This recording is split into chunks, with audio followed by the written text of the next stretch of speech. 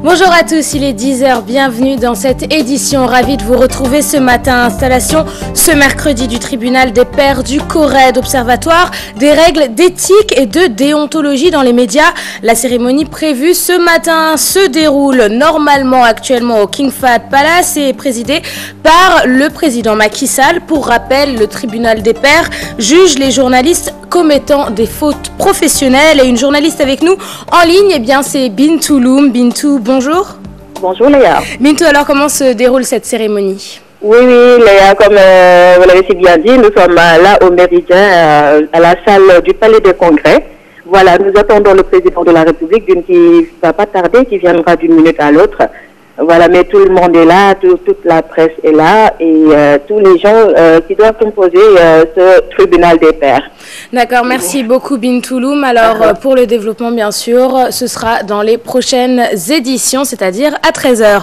Affaire Bassirou Faye à présent, l'étudiant en possession de la douille qui a servi à abattre le jeune homme, la remise à la DIC. Une grande avancée dans cette affaire bien sûr qui risque de fortement précipiter cette enquête. Régler le problème des bourses grâce à un logiciel qui sera installé d'ici fin octobre, début novembre. Le directeur de l'enseignement supérieur, le professeur Oumar Sok, assure que les 10 mois d'arriérés seront remboursés aux étudiants. Pafaraning Youssou Baro. Non-paiement des bourses ayant causé la mort de l'étudiant Bassirou Faye ne sera qu'un mauvais souvenir. Avec l'instauration d'un logiciel, le problème des bourses sera définitivement réglé. Fin octobre, au mois de plus tard début novembre, nous prévoyons de disposer de ce logiciel et aussitôt après, une équipe d'informaticiens va travailler sur l'élaboration de ce logiciel, sur les aspects programmes pour disposer d'un logiciel performant permettant de gérer ces bourses. Désormais, les bourses seront payées à temps et les ayants droit informés du processus de paiement. La question des bourses est une importante question très sensible et il est bon que les uns et les autres soient informés, pratiquement, j'allais dire, en temps réel, d'autant que ces derniers temps, nous avons entendu des plaintes de certains groupes d'étudiants disant notamment qu'ils sont passés d'une année à une autre avec succès et qu'ils n'ont pas été pris en compte pour le paiement des bourses. 10 mois sans bourse, les bénéficiaires vont rentrer dans leur fonds, rassure le directeur de l'enseignement supérieur. Le 14 août au matin, les comptes ont commencé à être alimentés. Nous avons les chiffres. Maintenant, ce processus a permis de voir qu'il y avait énormément de non-ayants droit qui étaient dans les fichiers des bourses. Maintenant, ceux qui avaient droit et qui étaient dans le fichier, les paiements ont commencé et ils continuent. Concernant la revalorisation des bourses, le professeur Oumar Sok a laissé entendre que ces réformes vont régler de manière définitive la gestion. Baye Jacques Diop à présent qui appelle les étudiants et le monde rural au calme. Pour le président national des porteurs de pancartes, c'est le seul moyen pour faire face à la crise. Nous l'écoutons, il est au micro de Maïmouna Ndiaye. Il réclamait l'indépendance du Sénégal le 26 août 1958. L'association des porteurs de pancartes est ainsi née. Un manifeste signé nous se rappelle encore. L'accueil du général de Gaulle n'a été qu'une étape, mais étape déterminante dans cette lutte pour l'émancipation des peuples sous le joug du système colonial. La commémoration du 26 août 1958 est devenue une institution. Et quelque chose de partage entre tous les Sénégalais. Est devenu un jour que les Sénégalais attendent chaque année. En cette 56e anniversaire de la journée des porteurs de pancartes, des diplômes de compagnons sont décernés à 12 personnalités présentées comme des militants du savoir. À mes compagnons et camarades de lutte syndicale et politique, je citerai notre retraité, secrétaire général Madia Diop, et son Excellence le Président de la République, Abdou Diouf. C'est un choix qui nous rend fiers et qui nous encourage particulièrement pour le travail inlassable que nous faisons tous les jours. Indépendance nationale et défis économiques, le thème de cette année, justifié ici par le président national des porteurs de pancartes. C'est pour dire qu'on n'a pas eu seulement l'indépendance pour l'indépendance, mais l'indépendance pour le développement économique et social du Sénégal. Cette cérémonie est clôturée par une exposition. Les porteurs de pancartes espèrent ainsi que la décentralisation de cette commémoration sera chose possible l'année prochaine. Pour retenir les professeurs de rang magistral, l'ONG Action Humaine pour le Développement Intègre au Sénégal propose de créer le statut de professeur émérite et de faire passer la retraite des professeurs d'université de 65 à 70 ans. Une proposition que valident les enseignants interrogés à condition que les bénéficiaires soient encadrés. Mbaké Amar, Youssou Baro et Alioune Diagne. L'augmentation de l'âge de la retraite à plus de 65 ans. Le souhait de ces professeurs d'université interpellés sur la question. Ces derniers partagent la proposition de l'ONG Action Humaine pour le Développement Intégré au Sénégal. Nous avons eu à faire donc un certain nombre de propositions. Depuis pratiquement Ndiasse Diop, qui était donc le secrétaire général à l'époque, il avait été retenu. Donc, on avait donc fait des propositions au gouvernement pour aller dans le sens donc de rallonger un peu l'âge de la retraite. Et à l'époque, on avait donc pu avoir un accord de principe du président de la République de l'époque, le président Abdoulaye Wade, pour que nous puissions aller jusqu'à 68 ans. En ce qui concerne l'instauration du statut de professeur émérite, il propose des mesures d'accompagnement pour maintenir ceux qui répondent aux critères. Il faut une discussion sérieuse pour que les gens sachent qu'il doit bénéficier donc de cet éméritat et dans quelles conditions il peut bénéficier donc de cet éméritat. Je pense que le plus important, c'est l'accompagnement qu'on peut faire de l'effectivité de ce droit et qu'on puisse au moins permettre quand même aux universitaires donc de pouvoir continuer dans l'exercice de leur métier.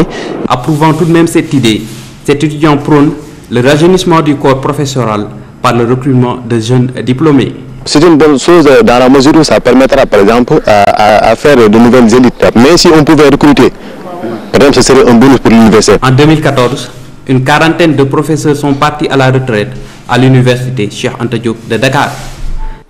Et nous quittons le domaine de l'éducation pour parler de ce triste rapatriement, celui des corps des 5 Sénégalais morts en Espagne dans un accident de la circulation. C'était le 18 août dernier. Leur arrivée est prévue ce soir à 20h45 à Dakar. Et sans transition, ce drame survenu hier, mardi, à la cité Fadia. Un homme, Diambé Samb, a sauté du 2e étage d'un immeuble alors qu'il était sur le point d'être interpellé par la division des investigations criminelles. C'était dans le cadre d'une enquête portant sur une affaire d'escroquerie et de multiplication de billets de banque estimés à 36 millions de francs CFA.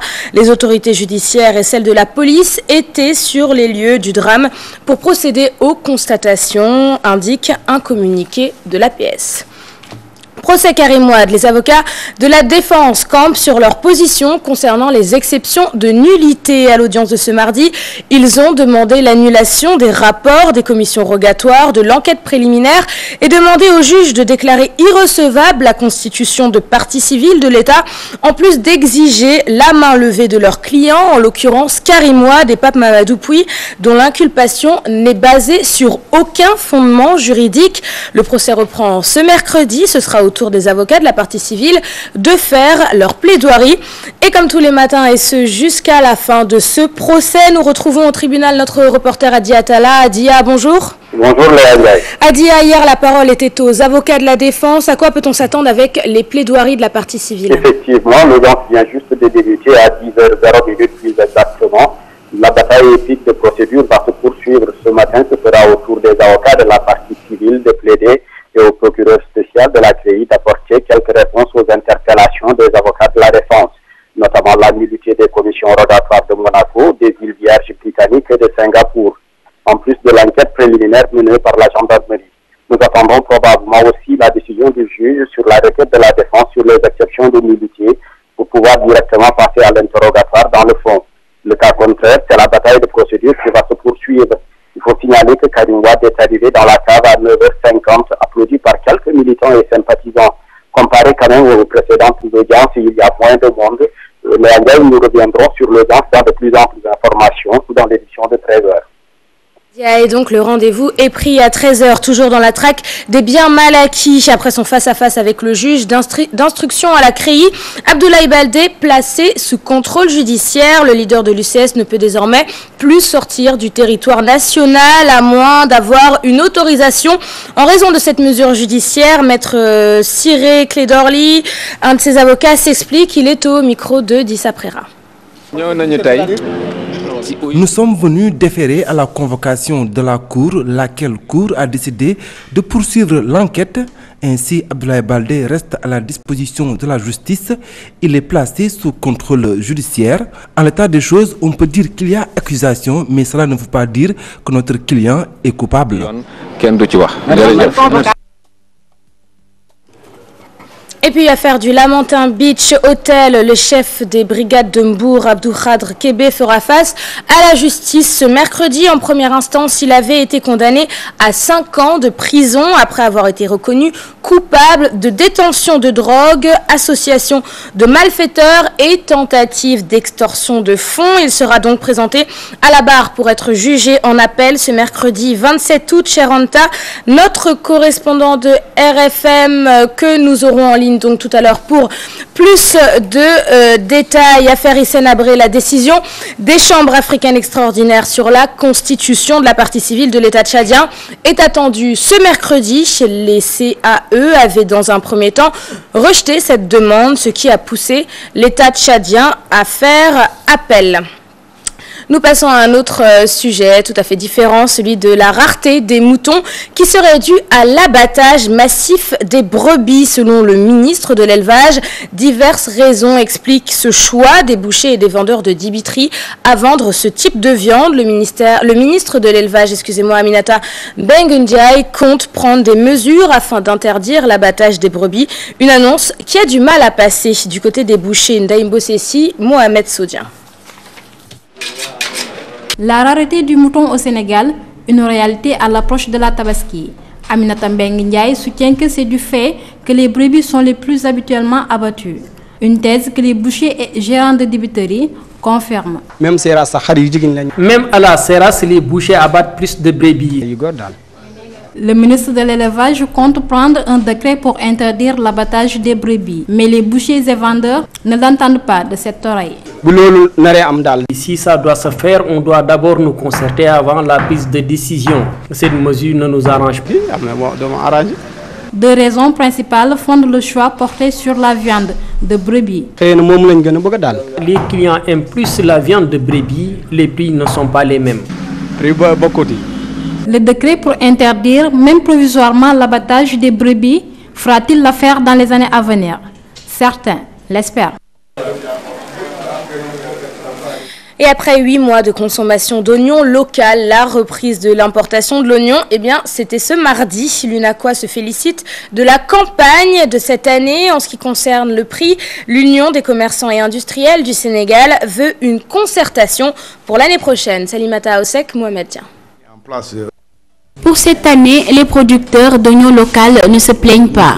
Leurs produits ont connu une bonne commercialisation grâce au respect de la mesure de gel de l'importation d'oignons. L'UNACOIS s'en félicite. Essentiel que nous avons mis en place une interprofessionnelle entre l'UNACOIS et les producteurs d'oignons, ce qui a fait que donc à partir du mois de janvier, on bloque les importations pour écouler la production locale. Satisfait en raison de la démarche adoptée par la direction de l'Agence pour la régulation des marchés et à sa tête M. Si, que nous félicitons au passage, parce qu'il a adopté une démarche de concertation.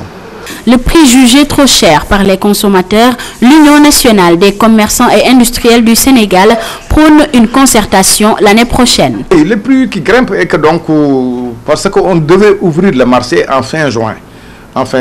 Donc en ce moment, l'oignon, nous avions senti que l'oignon commençait à monter. Le prix, donc, qui était 250, 200 francs pour aller jusqu'à 300, 350 kilos. À l'époque, nous avions averti le gouvernement comme quoi qu'il faut laisser les produits d'importation entrer dans le marché. Nous souhaiterions qu'il y ait une concertation autour des prix et une régulation des prix pour qu'il y ait un meilleur accès des spéculations locales aux populations. 8 mois après l'arrêt de l'importation de l'oignon, le marché s'ouvre aujourd'hui pour ces importateurs. L'UNACOIS promet de tout mettre en œuvre pour protéger la production d'oignons local. Ainsi se termine cette édition préparée par l'ensemble de la rédaction. Merci de l'avoir suivi. L'information 24h/24, c'est sur gfm.sn. Excellente suite des programmes sur la télévision. Très bon début de journée à tous.